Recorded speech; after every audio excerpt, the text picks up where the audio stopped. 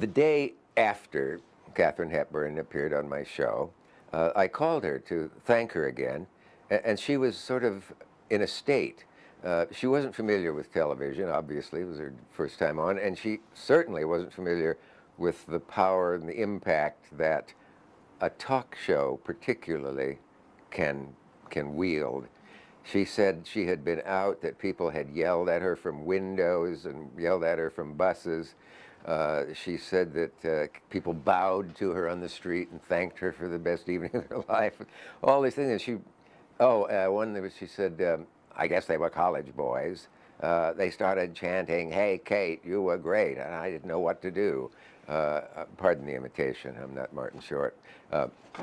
But the interesting thing was that, in a way, all of this helped her career. That day she was telling me about all the reactions. She said, "You know, really, Dick, she asked if she could call me Dick, can you imagine? She said, I really think we shouldn't show the second show because you've made me into a goddamn saint." Well, I was glad to do it. Glad to help her career in any way I could. Actually, I did. Later, some relatives said that it created some interest in her that had died in certain places and was hot again. And on the show, by sheer chance, it crossed my mind to say, "Are you sorry you've never worked with Laurence Olivier?" And immediately she came back with, "Well, neither of us is dead yet." The truth of that was borne out when somebody, from seeing that, put together a movie, which the two of them did. So that's another little contribution I've made to the arts. Well, here is the second Katharine Hepburn show, and we are on October 3rd, 1973, New York City.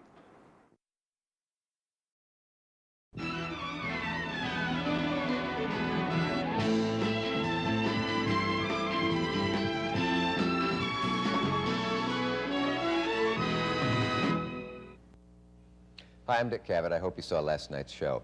I was having a conversation with the amazing Katharine Hepburn, and there was just no way to stop at the end of only 90 minutes, and you will see the rest of that conversation tonight. I told last night how this came about. Never having been on television, she agreed to come into the studio one afternoon recently for a test only to check things out, see how it felt. And while we were doing that, she suddenly said, "Let's just go ahead and do it." And startled and delighted and sitting here in my shirt sleeves, I agreed, and we just started talking. And like you, I suspect I have always wanted to have a conversation with Katharine Hepburn, or at least hear one. And I think that one reason she did this, I know, is what she explained last night, her belief in the American Film Theater series.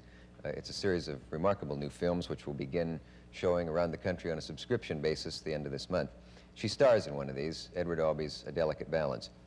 I think she also did this because she likes to make herself do things that challenge her. We'll be back in a moment with Katharine Hepburn. Here we are again. What are you laughing? I'm laughing what are we because doing I just here? looked at my feet and I realized I should have made them up. I hit 'em. You're the first person who ever came on only half made up or whatever. Your feet are wonderful, if I say so myself. Why is there such a space between your second and third toe? I don't understand that. That's just been happening lately. Has that ever been revealed to Well, the I don't know American what it is. public? I don't inquire. I can still move. Okay. Yes. Don't ask about I'm anything trying that to- happens to you as long as it works as time passes. Use it, as they Don't say. find out why. Use it. People always said that you and Tracy are different styles of actor, and yet you work so well together. Supposedly, people whose styles I've clash copied wouldn't him, work. so I resent that. Yeah. Right down. No, I think he's the style. Well, there's always that mystery. They can never account for the greatness of the two of you because supposedly two different kinds of actors can't work together, but you work like a dream. No, I don't think that's true. I just think he's better than I am because he comes, but it's the same method. He is my ideal. So when you... I mean, what he does, I would really like to be able to do, and I learned a great deal from him. Now, I took a different a step away from him when I did a lot of the classics, because I go mad when English actors are thought to be better than American actors. Yeah, I Because resent I think that, American too. actors are better than English actors, but I don't think most of us know how to speak English. I'm glad to And hear you I think say they're that. one up on us there. But I think we have great you know, style and power, but I think the language itself, we really have I think if you think of the voices in America, the voices, for instance, when I went to school, when I went to Bryn Mawr, we were taught speech. Yeah. We were made very conscious of how we sounded. My mother and father spoke very well, so that what I heard was pretty good. And if I didn't sound attractive to them, I was criticized by them. Now, and in your very expensive schools, which presumably talking is one of the big things in life, isn't it? Yeah. And now on television, talking is a total necessity. Now, Roosevelt against Wilkie, Roosevelt could talk so much better. He had a charming voice. Look at the power of Winston Churchill's voice. I mean, a great voice. You hear, some people look at me, they'd have no idea who I am, but the minute they hear the voice, so that a voice has tremendous power, and I really think in the schools we should start again. Why should we sound unpleasant and be a joke to the rest of the human race? Yes, and the English take pride in criticizing us on that, and they have some, of course, great actors, but I don't think they had anybody who could do what I Tracy don't think they're could any do. better than we are. But I think because they've done the classics, Yeah. and this is why I did the classics, and Lawrence Langner said to me, Kate, if you don't, you're going to be considered limited. So rather late in life, I thought, well, he's right. Now I'll start to make a fool of myself. That was a red again. flag to you, actually. Well, I think again, you know, we must proceed, we must develop, we must improve ourselves. You can't just stand still. That's the trouble with a lot of our product, is played down to the lowest common denominator. It's played down to the audience, and the audience doesn't want to be played down to. They'll receive it, they'll laugh. The Americans are an enormously polite people, but they want to be raised up. They've got more money now. They want to improve.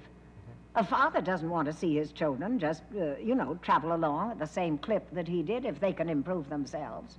Have you ever gotten really sore at an audience? I remember once at Stratford, someone snapped your picture during a performance with a flash bulb, and you stopped and said, there will be no more of that or we won't go on.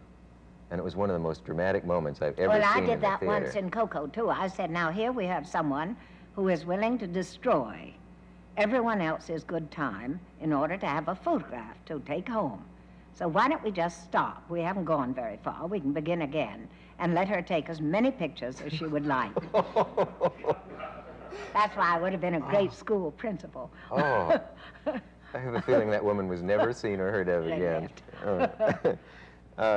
Could you, suppose you just finished the movie Summertime, let's say, and then you go right into a play, or maybe you went to Shakespeare from that, I don't remember. What do you tone down, or what do you tone up to go on the stage? I don't think there's any difference. Really? Well, None that at answers all. that question, because I'm No. so tired of that old Because question. to me there was no difference, and to Spencer there was no difference at all. Because it's concentration. But if you and I are speaking, I have a rather loud voice anyway. That's Yes, different. and I'm loud. But I mean, the voice, you would, and then you are aware when an audience is quiet and when you're looking at them. You don't have to pitch a thing up, even in a huge theater. I don't care particularly for the loudspeaker, but I think it's necessary because everybody is so used to hearing it loud now. The music is loud, everything was sort of stepped up, you know. Yeah, a screen actor will fail in the theater without voice, but other than that, you don't think there's a major I difference? don't think, no, because I think it's concentration, isn't it? Yeah. One more thing. Did Tracy ever resent the idea that people would say, well, sure, he's great, but he can't play Richard III and he can't play Oedipus? No, I don't think he thought anything about it. Yeah. I don't think he thought anything about it. It would never have occurred to him to. I think it was, to me, it was a great pity that he didn't do certain of those things, but he did what he wanted to do and what suited him. And I think had he stayed in the theater, he undoubtedly would have done many of those different things. But a lot of the actors at that time, the style was to go to Hollywood and sign a long-term deal. And he needed the money. He had a boy who wasn't too well, and he just needed the money. Yeah. And it suited him. He liked the warm climate. Yeah. I liked the cold climate. And then I was so tormented in the theater, it frightened me so, that I thought, well, I must come back and overcome that. And it took me my whole life. I mean, I even did that in Coco. How I could have been insane enough to do Coco when I couldn't obviously sing at all, you know. I study singing. I still study it. Fascinates me. It's taught me a lot about talking. And a certain about singing I studied with a woman named Sue Seaton, who really, and it's very difficult, the voice, because you see, you wonder, me. Yeah. Am I going to be able to make a sound when I'm petrified? Yeah. Did you ever lose a part to Betty Davis? Not that I know of. Yeah. But I mean, I might have. Do you like her? Yes, I do. I think she's awfully good. Yeah. But I knew someone was, I played what I wanted to play, by and large. When I ever did a thing because I felt sorry for the studio, because they had to pay me or something, then I was sorry that I'd done it. And one or two things I did because I disliked someone, and I knew that they were going to be offered it if I didn't do it. So I did it, and I was always lousy in it. My reason, I mean, you have to really want to do it. Yeah.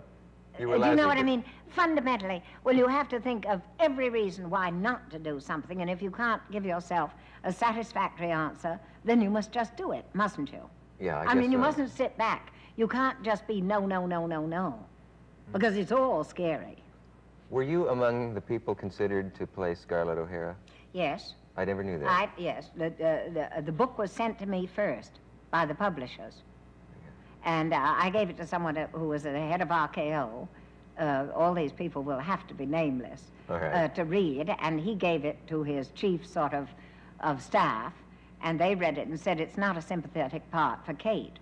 And then when David bought it, it was going to be directed by my great friend George Cukor, who again thought that it was wrong for me. Then after they'd looked for 2 years, George thought it was right for me. And it was at this point that my career had done the most dismal failure. And I had gone from offers of $150,000 and a percentage and a piece of everything down to $10,000 for a picture, or no offers at all. In 6 weeks, my career dropped that far, just before I did the Philadelphia story. Well, you probably weren't born. I never think of you. Yes. As being a failure, well, I've had my share. And so David Selznick sent for me. And he said, we'd like to have you do a test. I said, now, David, I said, you brought me into the business, you and George, and I'm not going to do a test. You know how I'd play it. And you've gone out on a limb to find an unknown girl. Mm-hmm. And you can't tell me you're going to be stupid enough not to find one. So we'll have this, well, let us say this, that if you get within 2 days of shooting, and the man who's doing the costumes has dressed me many times, Walter Plunkett. Yeah. He could do the first dress in 48 hours. You send for me. He said, I have to begin the picture by a certain time. You send for me. And of course, because I said, you wouldn't have to pay me anything. And I know you well enough to know you wouldn't pay me anything. And you just pay me off. It would be very cheap. And that would break my heart, and I have to protect myself from incidents which would destroy me. And I don't want to have it announced, you see, and then sort of whatever happened to Katharine Hepburn, you know, when they found Vivian. When you see that film now, do you have pangs? No, I haven't seen it since. I never have pangs about anything. Once it's over, that's it. Not my nature. Yeah. No pang. No regrets. No pang. Well, I mean, no pang. Pang is a waste of time. If they said, Miss Hepburn, we need celluloid, and we're going to have to melt down all the films you've made except one, could you pick one? Oh, I'd say melt them all down. Okay. Good answer. We have a message, and we'll be right back. How do you decide if they're asking you to do something too dangerous or not? I know that there are actors who take pride in the fact that they fell down those stairs or they fell off that horse. Yes, actors are sweet and silly. Yeah. And I'm one of them. Have you ever had a debate with yourself where you thought, oh, hell... No, I learned to ride side saddle for Jack Ford and Mary of Scotland, and rode at a full run under the limb of a tree, and heard Jack's voice way in the distance say, Kate, duck! And I ducked, otherwise I would have been as dead as a doornail. And then I fell into the canal for David Lane. I'd walk backward in summertime and fall into a canal. Yeah. And, of course, the canal is a sewer. I can't And, believe that. Well, this is I how know what's stupid in those I am. sewers, Yes, in just those stupid, canals. Yeah. stupid What of they me. politely call raw and sewage. and I used to go around, because I hate to wear clothes. You know, I'd wear my old rags, and then I'd put the makeup on in the street, and leave my hair in curlers and have a sombrero on or something, so that I could get dressed and made up. I made up 5 minutes, you know, dressed 5 minutes, so that then I didn't have to sit and get exhausted. And what I did was, I would go around the community and knock on the door and say, I beg your pardon, could I change my clothes in your front hall? And practically always they would say yes, and sometimes they'd give me a room and bath. So when I knew I was going to have to fall into the canal, I cased the joint very carefully, you see, well trained in my youth. Of course. To know a good house from a bad one. And All those years as a cat burglar. Yes, all those years. And so a woman had a tub waiting, everything. And I thought, well, now I can't catch any disease. So the audience was told very carefully, Miss Hepburn is doing this on purpose. She's an expert swimmer, and so forth. So I backed up, just as if I were backing up off this stage. Well, then I saw the movie. My feet went up in the air. Yeah. My mouth opened wide, my eyes opened wide, and I never thought of my eyes. Ooh. I brushed my teeth, I washed my mouth, I did all the things that one would imagine, and I never thought of my eyes, and I've had the eye infection ever since. You've never been Never able got to over shake it. the infection? You yet, never then? can. You never can. And wasn't anybody advising you you were silly to do this? No. Oh, no. They'd never advise you that you're silly, because then they have to hire somebody to do it for It'll you. look better. And it doesn't look like anything. I mean, then you can't really do the scene. I had heard That's that. one of the hazards of the business, I think. I've seen that film several times. First time I saw it, I sat through it again. And I He's thought a brilliant man, David Lean. David Lean may be my favorite. Oh, he's brilliant. Nobody in the world like him. Brilliant man. You He ever- knows more about film, he really, but they're 100% concentration, you know. Yeah. Are you the kind that ever storm off the set furious? No, I stay there and fight it out. Do you like that kind of behavior on the part of the... I don't storm off. Has anybody Because ever... the man who goes off is lost. Yeah. I mean, unless he keeps walking. And you can't keep walking if you're in it. Anybody ever walk out on you in a So scene? you have to end. No. No, I've found people amazingly amiable. People are nervous, you know. I think most actors are absolute angels. I think all the sort of bad behavior comes from terror. I think now, I mean, I was brought up in a school where once you said you'd do it, you did it. You know, now I think this is too bad. And once you say you're going to be an actor, then presumably if you're going to do the thing 8 times a week or whatever you're supposed to do, you really have to, it's a prison sentence. Because you got to play if you're sick. Because if you don't play and you are a big star, it's an enormous disappointment to the audience. Yeah. And I was brought up to play. I played for a month and a half with pneumonia on tour in Much Ado, and couldn't get rid of it. I had to have a temperature of about 102 or 3 every time I started. Now, I'm tough. Yes. And I have a very strong constitution, and I'm perfectly willing to do nothing but the one thing. You see, most people won't settle for that. How do you mean that? Well, I mean, most people think they can lead 2 or 3 lives. I don't think you can. I think, at least I can't. It takes enough out of me so that I can't do anything else. Did you ever want to chuck it all? Even on those nights when you were so sick with pneumonia and you had to go on stage? Just Oh, think, yes. It's got to Oh, be sure. an easier way to Oh, make a sure. living. Oh, sure. But I think that goes, that is discipline, and I think that without discipline, there's no way to live. I mean, there's one person you can correct in life, this I've learned, and that's yourself. I can't worry about your character, but I can improve my own character. You're not the kind, then, to say, Jack Barrymore, you're drinking yourself to No, death. no. Why don't you no, knock it off? No. You're not Not gonna do that. unless I could really be of some help. If I could help him, and I felt that I wished to, then I would dedicate myself to that. That's an all-time job. To take care of somebody is an all-time job. To bring up a bunch of kids and try to make them, it's an all-time job. So what are the poor women going to do? You see, they're not the men. It's an all-time job for the man to make the living. Now, I certainly think that their job opportunities ought to be equal.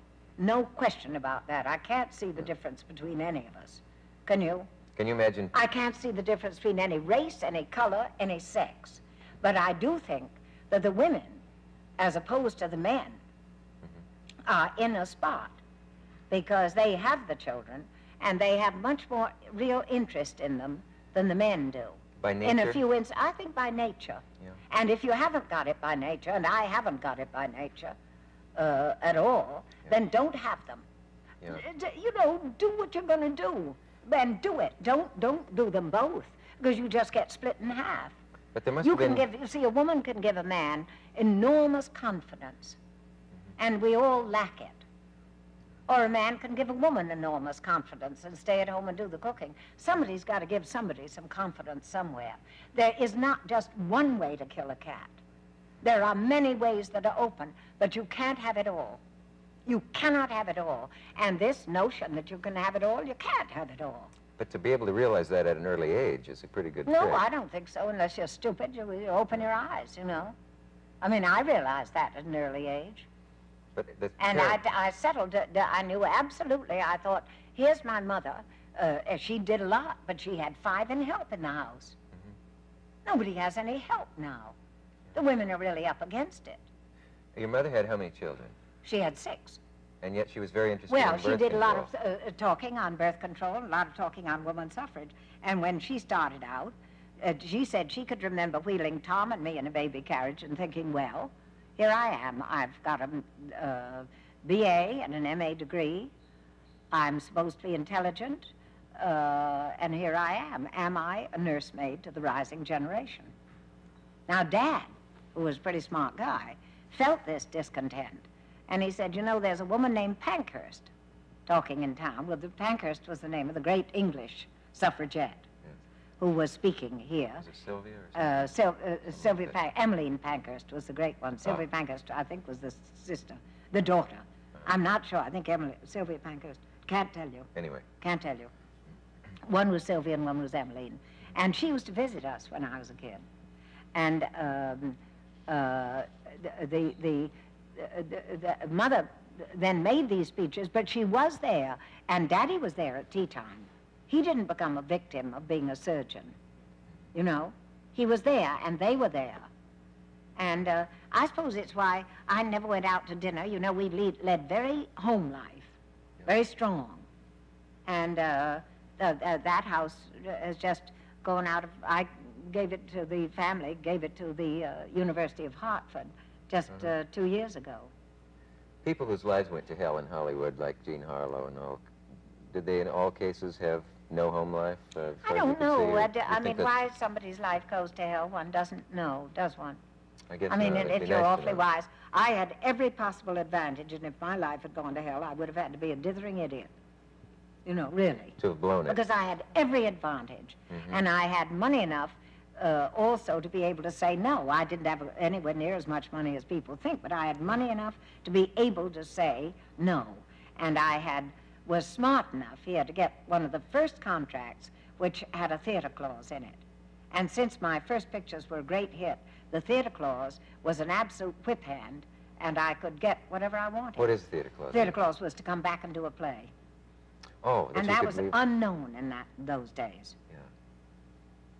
And And you fought that that was out very and got it. important. And I said I won't do it unless I get $1,500 a week. I was getting 50 at the time. And they offered me everything. David Selznick did, right up, you know, $550, $750, $1,000, $1,250, and I said no, thank you, because I thought they got to know that you mean what you say. So Yeah. don't argue, take it or leave it, do it. Now that took a lot of nerve, and I called up Dad and Mother, and I said, well, they've come up to $1,250, and I'm going to turn it down. And Dad said, that's right. And then for a lot of the time, I handled my own business. And when you handle your own business and don't have an agent, that's the way you have to do. Gee, that's great. Sort of yes or Yeah. no. But I think that's true of a lot of other things, because I think life is thrilling in every possible direction. But I know that I can't have it all. I Yep. cannot have it all. I haven't had it all. I've had a wonderful life. a wonderful time, but I haven't had everything. I'm going through that now at my age. I'm thinking there's so many careers I'm not going to have, so many things I'm not going to read, so many things places I'm never going to see, and it sort of paralyzes you. Oh, no, no, no. Then do what you do. Just do it the best you can. That's what's important. And if it doesn't interest you enough and you have enough money, stop and do something else. What can you say to comfort the people who didn't make it? You know the old B-movie scene of usually a British actress is making up for a great star, and a ragged old lady comes in and says, "You don't remember me, but I used to be in this chair, and I had this dressing room, but I didn't go over, and you've got it all." You know that scene's probably. I don't think that ever happens. I've never. Maybe only in the movies. But you know, there are people who must wonder, why the hell did Hepburn make it and I didn't? I mean, look. Well, that's a great question. I'm Why her the hell size, did I'm I? her. And better looking, and can sing.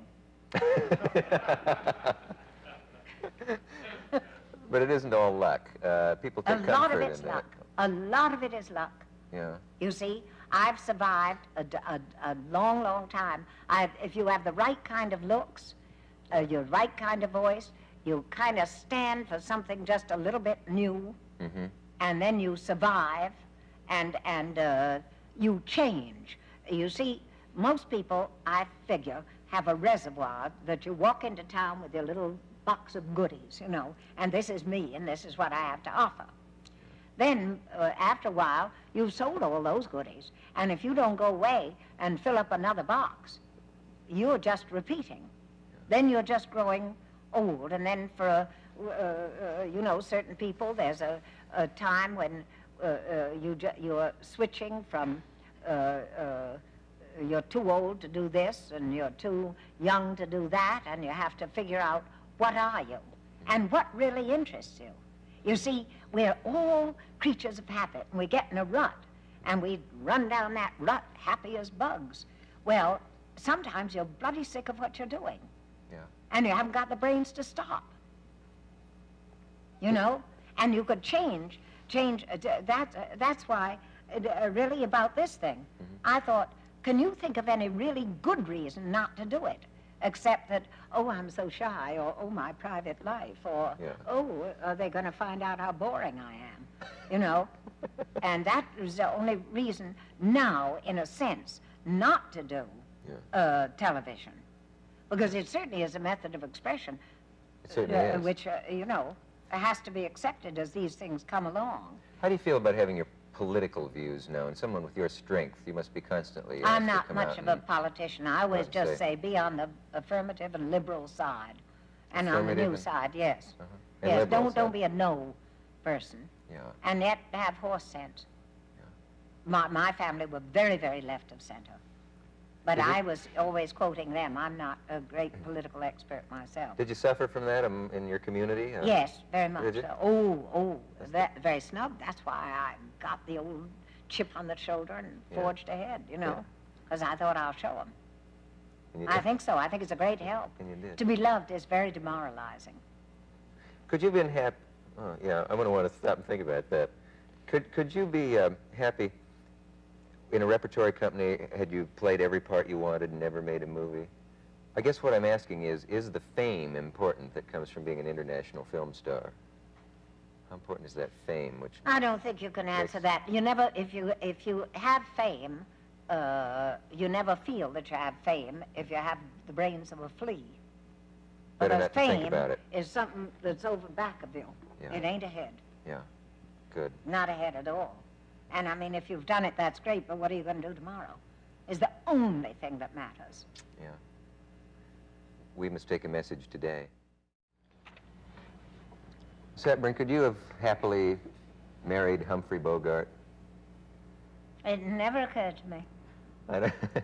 I did. Well, didn't I marry him in The African Queen? That's right. Every time I Yeah. see that, I think, I wonder if they could have been happy together. Was he a funny man to be around, lighthearted, serious? He was serious. He was enormously fair. He was very much of a gent, very well born, frightfully good manners. Not a tough guy. Not at all. The exact opposite. And people The exact constantly- opposite. But he was one of the few actors, he really liked his profession. He really enjoyed winning the Academy Award.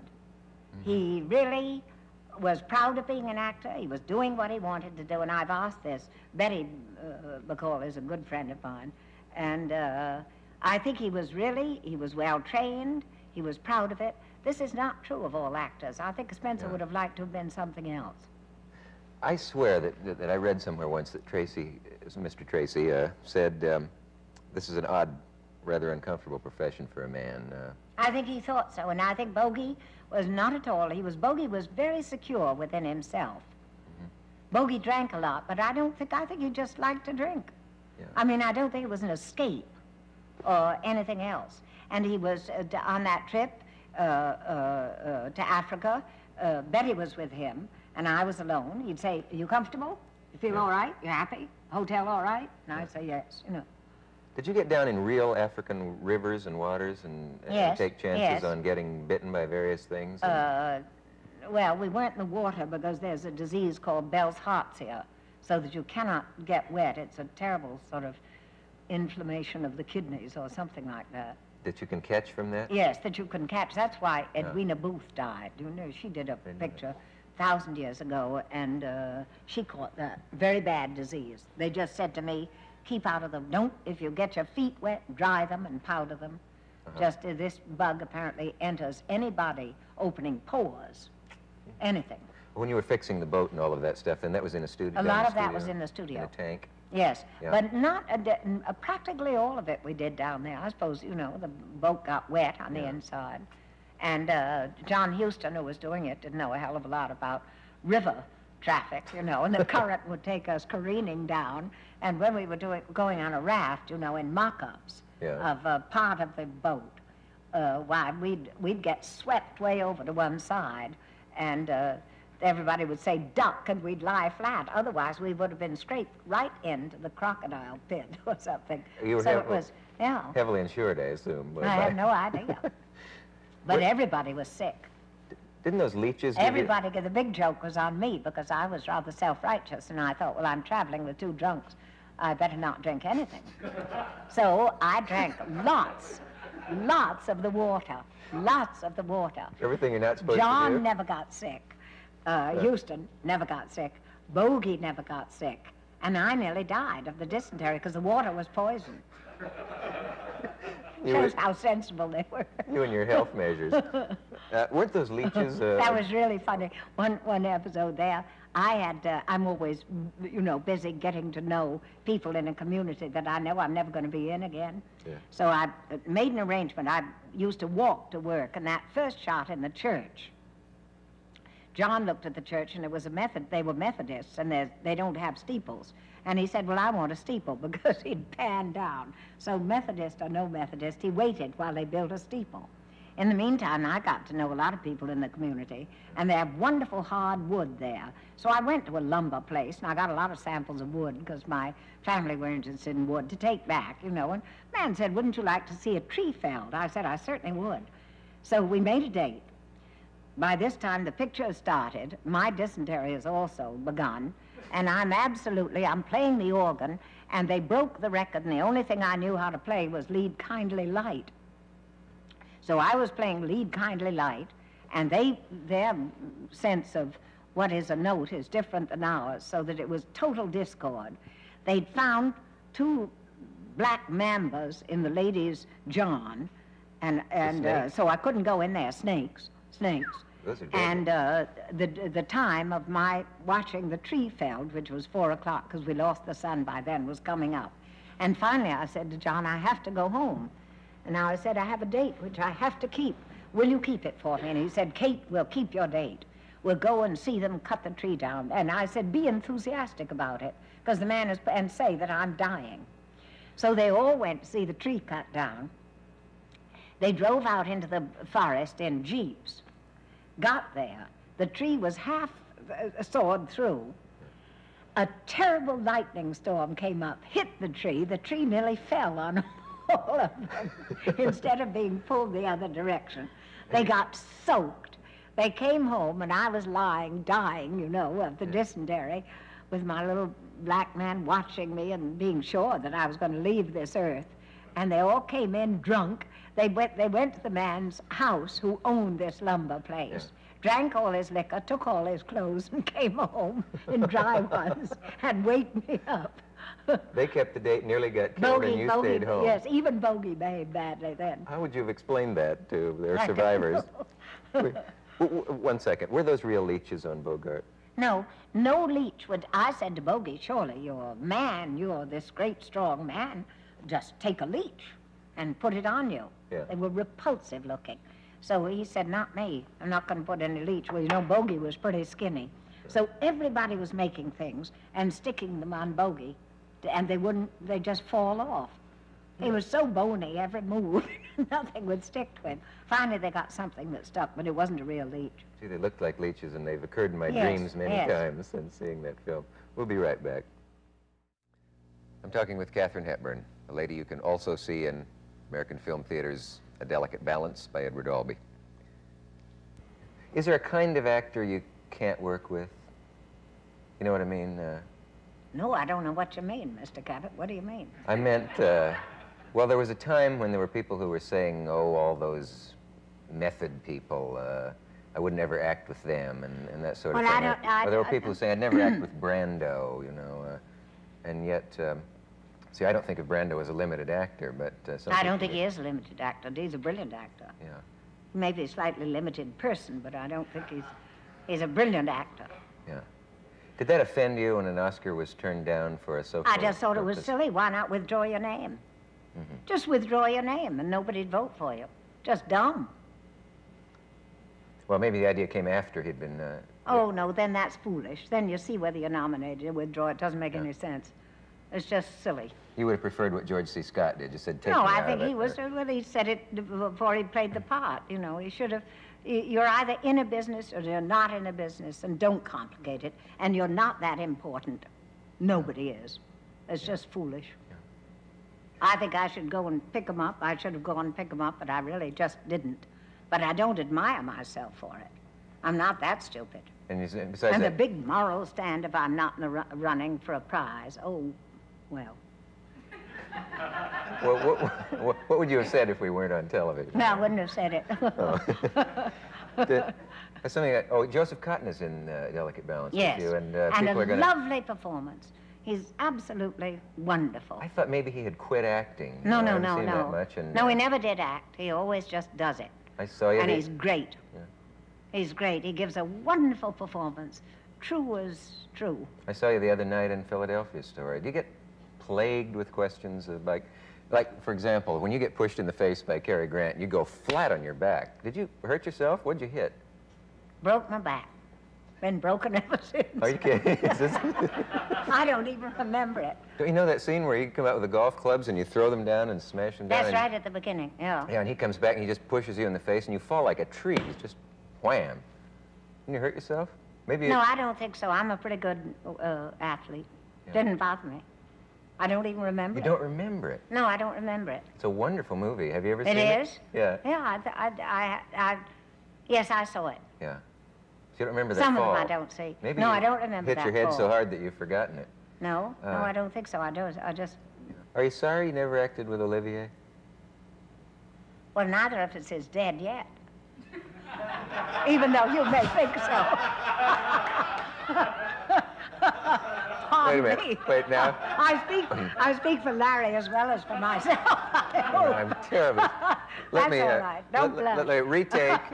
You'll be as red as I am in a minute. Are you? Oh, how could you? Are you sorry that you have never yet acted with Olivier? Yet? No, I don't know why I did that. Of course not. Well, you thought it. You've still got a few good laps left in you, as you said earlier. A few good laps you or can still get around the track. Oh. Thank you very much. You're very encouraging, Mr. Cavett. Well, I appreciate that. As long as we're on the subject of time and mortality, I've never heard a film actor say, the reason I make movies is that people will see me 100 years from now. Oh. And it seems to me that would be one of the great... I don't mind at all whether they remember me 1 minute. It's a great business. The greatest there is, thrilling. I don't know why they pay you. It's fascinating, fascinating. It's great to hear you say that. Oh, yes. You get to travel, you get to do fascinating things, You get to do some pretty boring ones at times, but most of those you can rise above.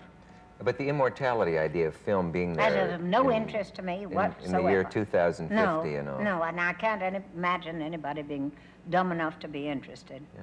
I think the world goes on, you know, and I think that everything becomes different. Is there any chance, I suppose, that, you know, when we look at a movie that was made now 40 years ago, they look silly. Is there any chance that Divorceman, now today's... just a minute. I'm 40 years ago. 50.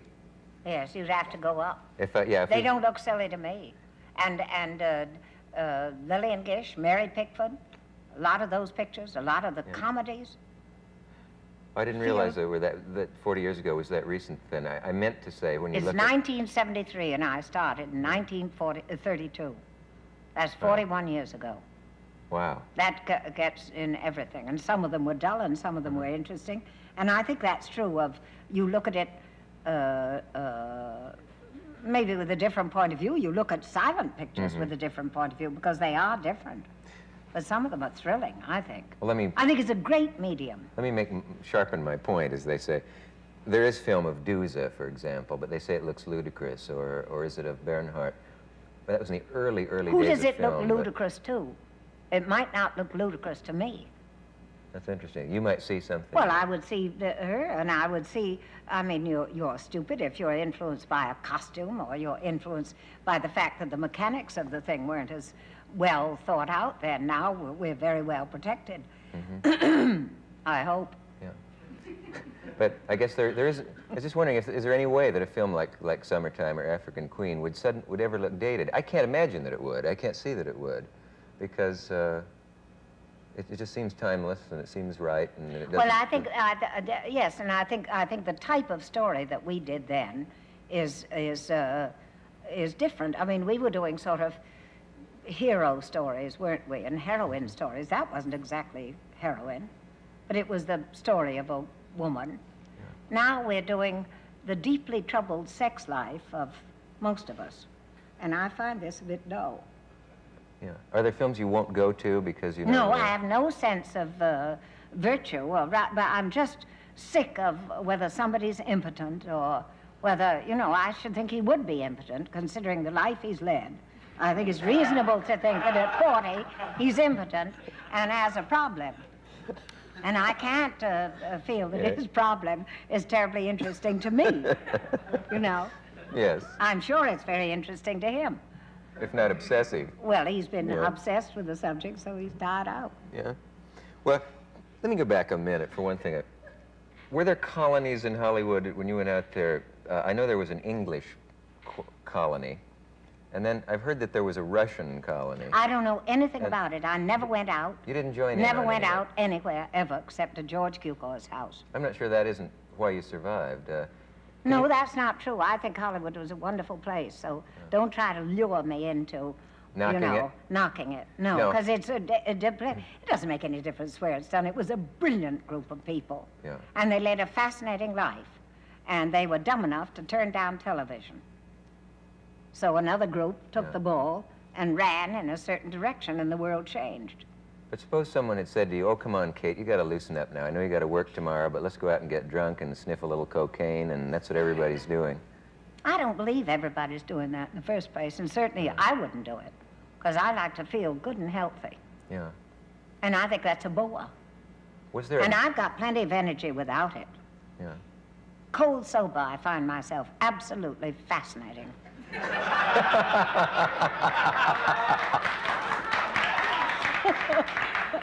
You realize that an audience has trickled in here since we've started talking. Off the street. Yeah, we're drawing them off the street. But you've destroyed a lot of myths for me tonight. There weren't lecherous old goats waiting for the fresh young girl. I've never had a man make a pass at me in my whole life. Oh. Unless he was drunk. Oh. Then he would have thought better of it the next time, and I helped him home and departed. I cannot believe Never that. had a man make a pass at me. But what about all those nasty producers who said, well, come in, young lady. No, never, ever. Never, ever. Nonsense. I don't know why I say I can't believe that. Let me change that to I can believe that, because not only because it implies that you're Now that a you've liar, met me, but that... you can believe that nobody would make a pass No, at but me. there's... Well, I know what you mean. you do trap a man in things he said. Maybe that was my trouble. You know, maybe that's it. Yes. Yeah, you just blew your chances with me. I always heard that there were all those guys who chased the ladies around, and that was one of the things you had to brace yourself for when you got out there. No, say, that's by nonsense. God, you get over in your corner of the room, and I'll stay in mine, and let's Well, talk they're about this safe today strip because buster. nobody chases the ladies around, so Yeah. if you get what I mean. I do. What's happened? Do you have a I theory don't know. about Yes, we're overpopulated. what makes people Has to be straightened out. turn out the way they do, that way? Overpopulation. The men get feminine and the women get masculine. And it has to do with the sheer numbers of people because they don't get enough I would think attention so. from their parents, possibly? I would think so. Or the no, wrong... no. I think the population problem.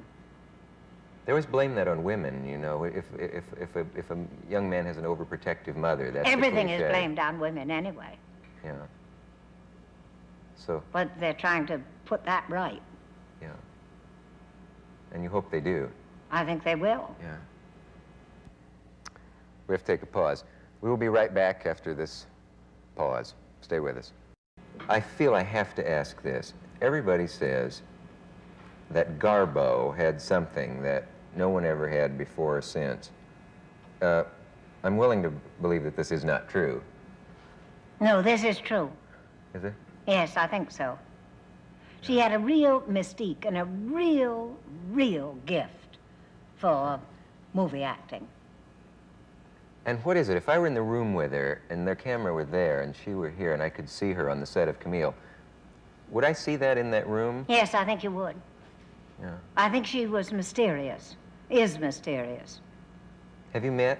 Yes, many times. Yeah. She's charming and sweet and nice and funny, but she certainly photographically had something that nobody else had. I think that's what made her. You don't become that famous for no reason. Do you get the feeling that she got pleasure from her career, though? She seems not to. Yes, I think she did. I think everybody has a different way of living, you know. They have to some people have happy natures, I have a happy nature, so I have a good time, you know. You do? Yes, I do. You ride, you play tennis, Yeah. play golf, Yeah. swim. Yeah, I know you're a ferocious Bicycle. swimmer. yeah, You cook. yeah. If I tell you... I work. And you work. And I work. I clean the house and wash the dishes and do what everybody else does today. You know how to clean a sink and all of those things. And I enjoy it enormously. You know, but I have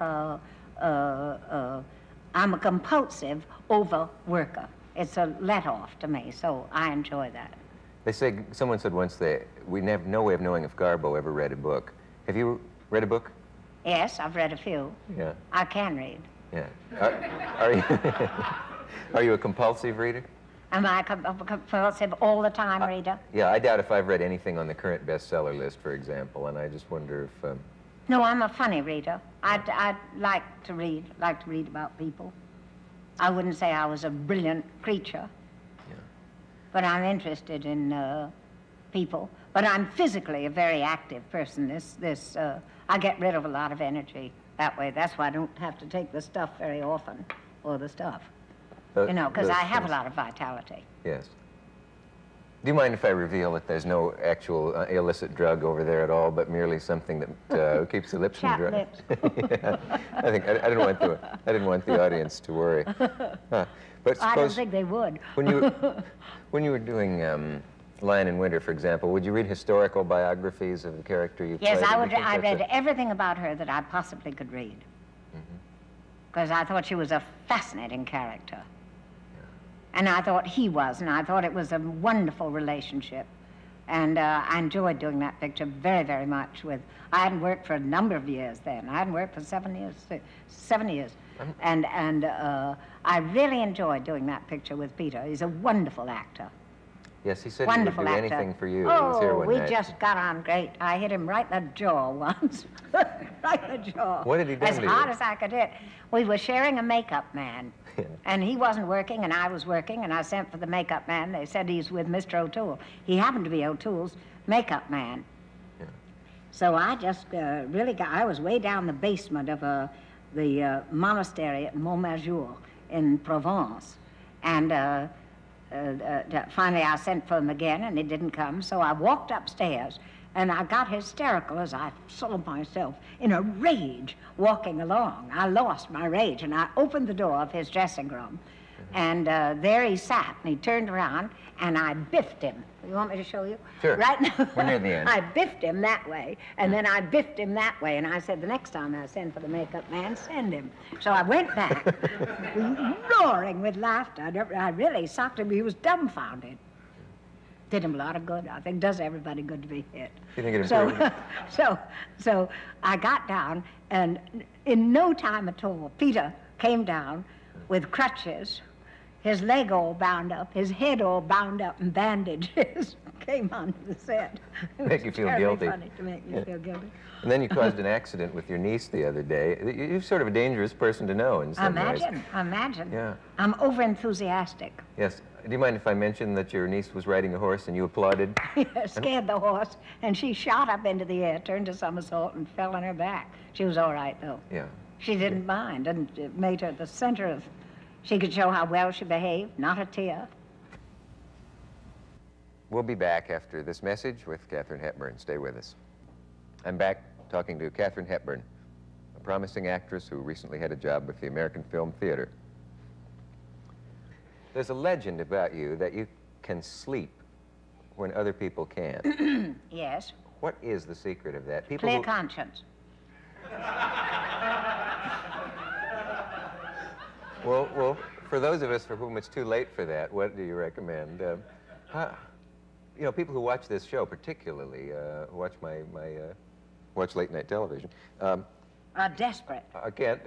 Yeah, many times, and you're getting me for that thing I said earlier. But many times, it's not the last thing they watch at night. They stay up and they say, "If you, God, please get a man on who would tell us how to sleep." And I've had a sleep expert on, but is there a secret? Do you lie in the same position? I always thought that would help. Lie on your back. I just think I'm an old bore, and I just go to sleep. I lie down, I go to sleep. I do what I'm supposed to. I come on the program, I talk. I'm supposed to talk, I talk. I go to bed, I sleep.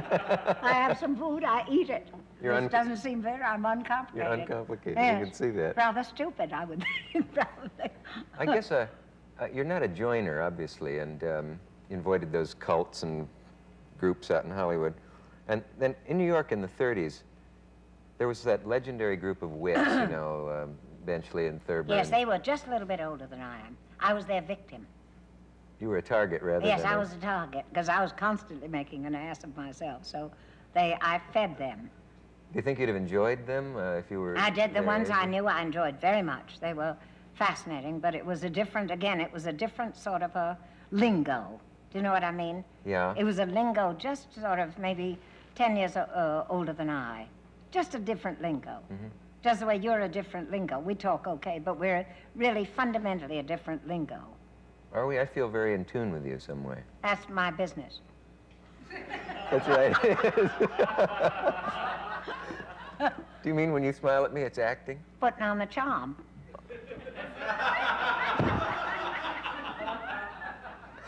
All right, now I'm going to ask you something Yes. really, really embarrassing. And do you remember me as an actor at all?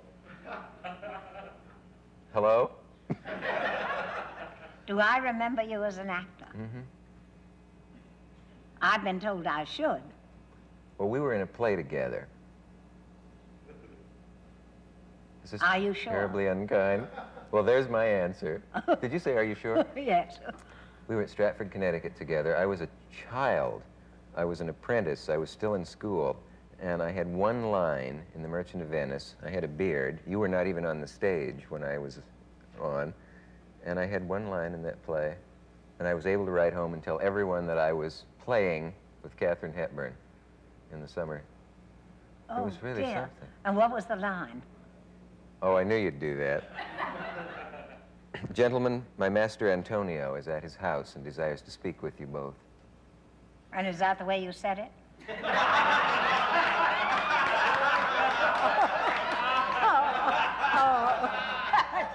That's unkind. Oh, that's brutal. I've never. That's unfair. I've never walked off on a That's guest. right. Well, you should go. And And only. you just move out, and I'll take over because I think you're right. You're right. Oh dear. And I'm sorry. You've got the property in Montauk. You can live a happy life.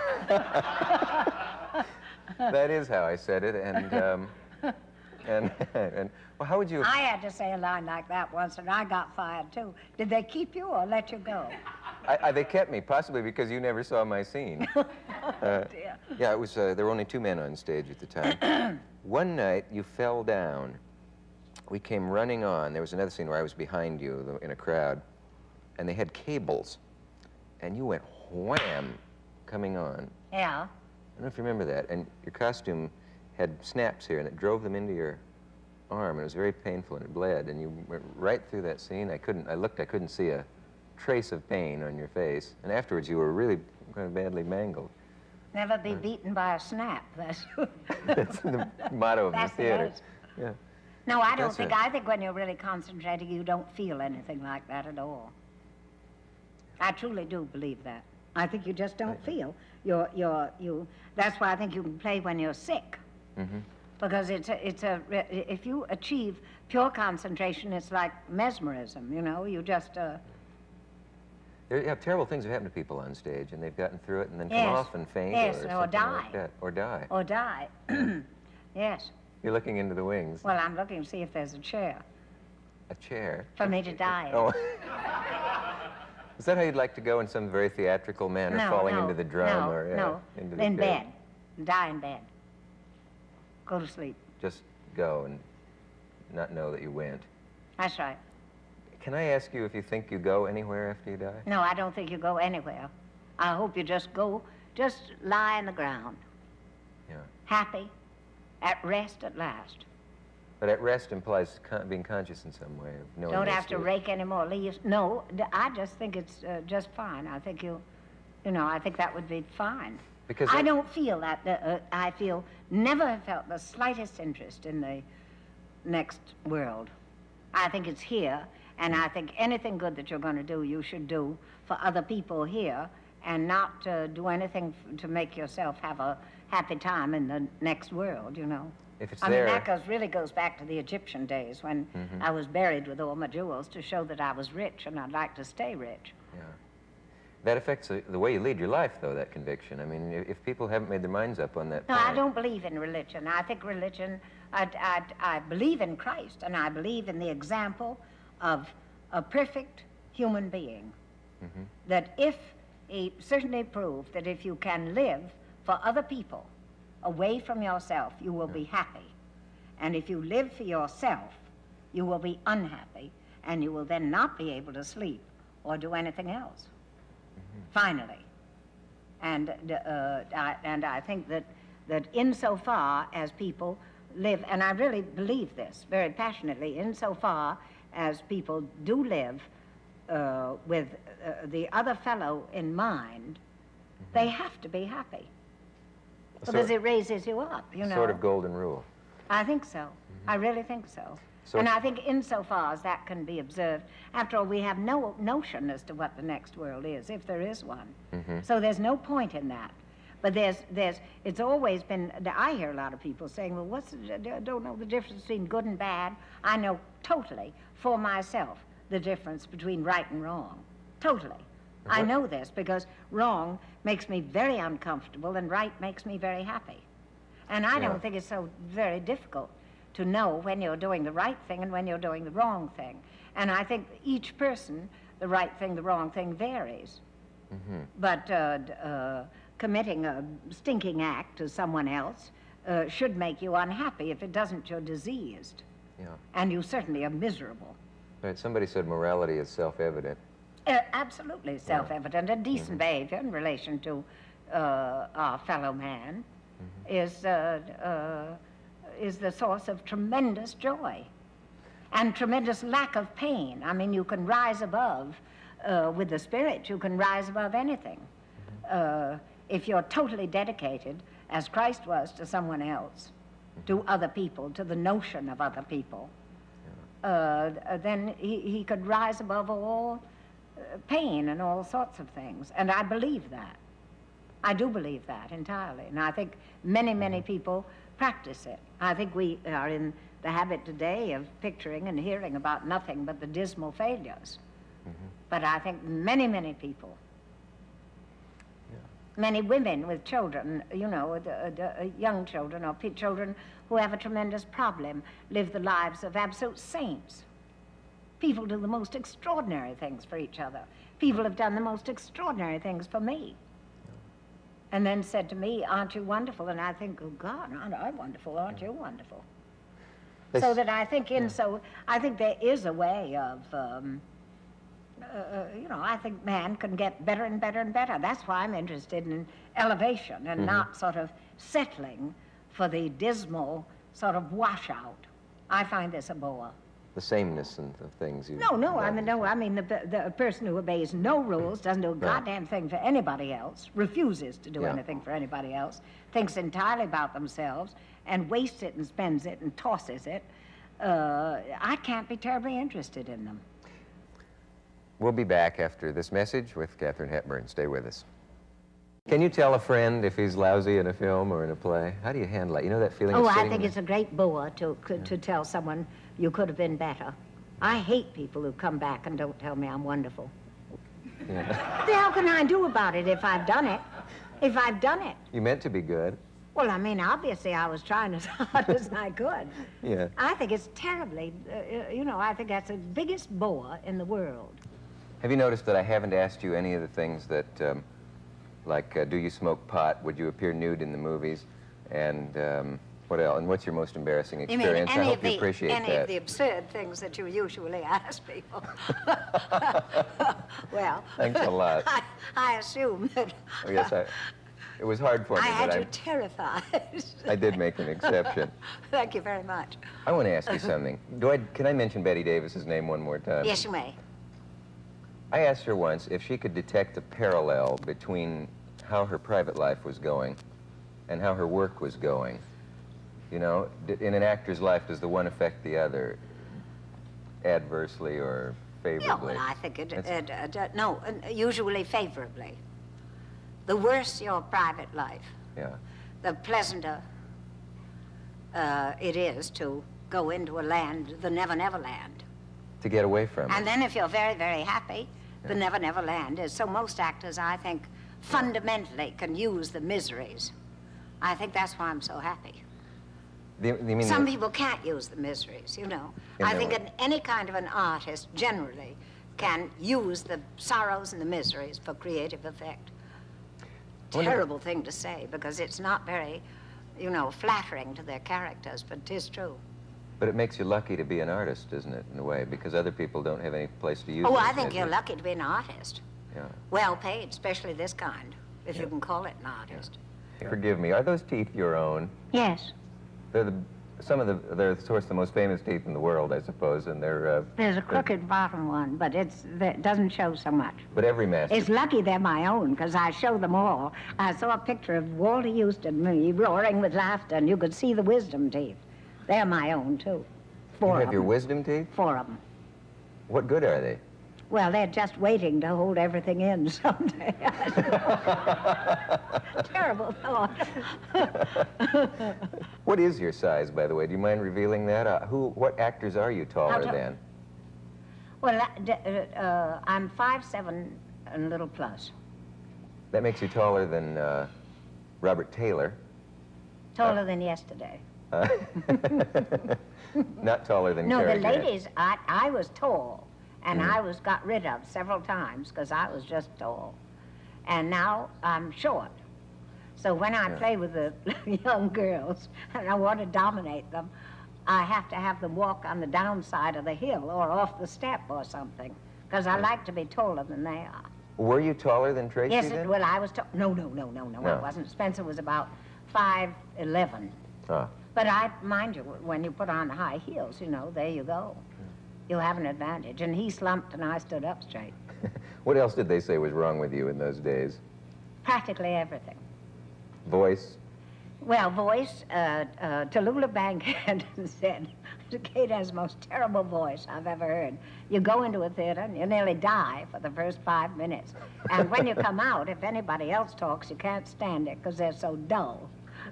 So somebody else said I had a voice that sounded like nickels dropping into a slot. So it's loud and clear. But like anything, if you live long enough, as I have, you get an affection for something that irritates you. Because you miss it when it's gone. Say, where's that noise, you know? Can you disguise it if you had to? Can you call up a friend and be someone else and fool them? No, I don't try to. I just say hello. And if I don't want to talk to them, I say, I'm sorry, this is a sister. What can they say? They can't say, oh, you're not, because I have 2 of them. Do your sisters sound like you, though? Would I know? Yes, yes. Yeah. One sounds better and one sounds worse. Yeah. Well, by the way, did you or did you not? They'll never know which one. That's right. I was just going to say, you've covered everything there. Did you or did you not do commercials for herring on the radio once? Never did a commercial. No, and if I had done a commercial, I wouldn't have done one for a herring. I know there was an imitation of you one time. Yes, there was. Have you, But not very good imitations. No one's ever done you But right some that I don't know on the who nose. did that. No, not really. I don't. My name's Eva Lovelace, Lovelace. I added the lace. Do you smoke? I do. Really, I do. That's what they imitate. That's how they say. Yeah, 90 years ago. And the old calla lilies line. Calla lilies are in bloom again. Such a strange flower. I carried them on my wedding day, and now I place them here in memory of someone who is dead. That was the line. While you're here, can I ask you one other thing? During the blacklisting period in Hollywood, I find that period entirely incomprehensible. I've read as much as I can about it. There's a recent book by Mr. Canfer on the subject. And I just wonder, 2 things about it are never satisfactorily explained. Why people put up with the brutal, rotten treatment that they got from the committee and all on that side. Well, I think they had to, because I think it was popular. Anything that's popular, just the way it's popular to be anti-Nixon, it was popular to be terrified of the communists. Mm-hmm. And the papers sort of took the sides. I mean, there were a lot of very reactionary papers. Yeah. And they'd give a headline to the fact, Hepburn, a communist, was a favorite cry. Your name didn't come up. Oh, in that. yes, yes. Did it? My name came up because I did a speech about censorship.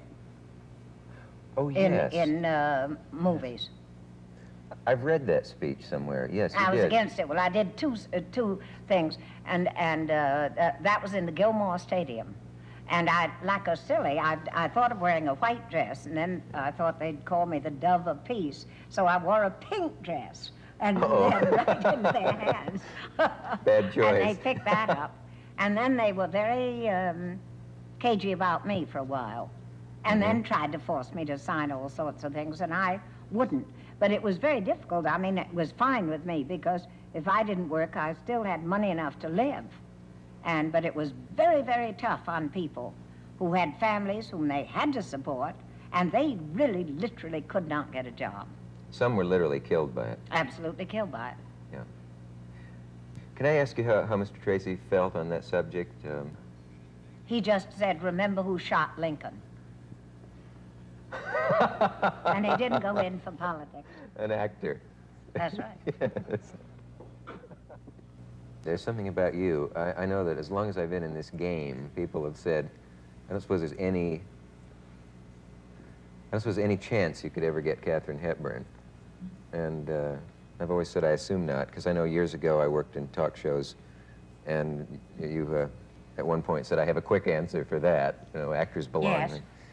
And it's unbelievable to me, I guess, really, that we're sitting here. I have a feeling I'll wake up, and they'll say, oh, you know, and they'll say, well, you got to get to work. And by the way, Hepburn isn't going to show up. I don't know what that is. I've fallen in love with you at least 7 times that I can count in the past hour or so. Continue. Before I come apart, I think we should take a message. We'll be back. I'm so grateful to you for being here, and I'm looking forward to the American Film Theater project. A Delicate Balance, Edward Albee, is your play. Yep. And I guess we mentioned earlier Paul that Schofield. Paul Schofield will be in that. And they also have Olivier and the Three Sisters and Rhinoceros and Homecoming and full-length The Iceman Cometh, Yeah, which is a real... yeah, 4 hours. Well, the time has come to say goodbye to you, and I can't think of anything I'd less rather say to you. I have never enjoyed anything more than this in my life. And, You know something funny? what? I've enjoyed it too. Have you really? Yep. Oh, that's great. I have. I didn't know whether I would or not, Yeah. but I have. Well, I'm glad, and I'm glad for the handful of people who got to sit in the studio to see you do this unexpectedly the way you did. I know your feelings about privacy. I don't know what to say. I realize the rarity of this event, and I'm damn proud to be able Thank to say you that very I know you, and thank you for being so generous and so Well, wonderful. you can't do it alone, so thank you Okay. very much. We'll see you, and good night.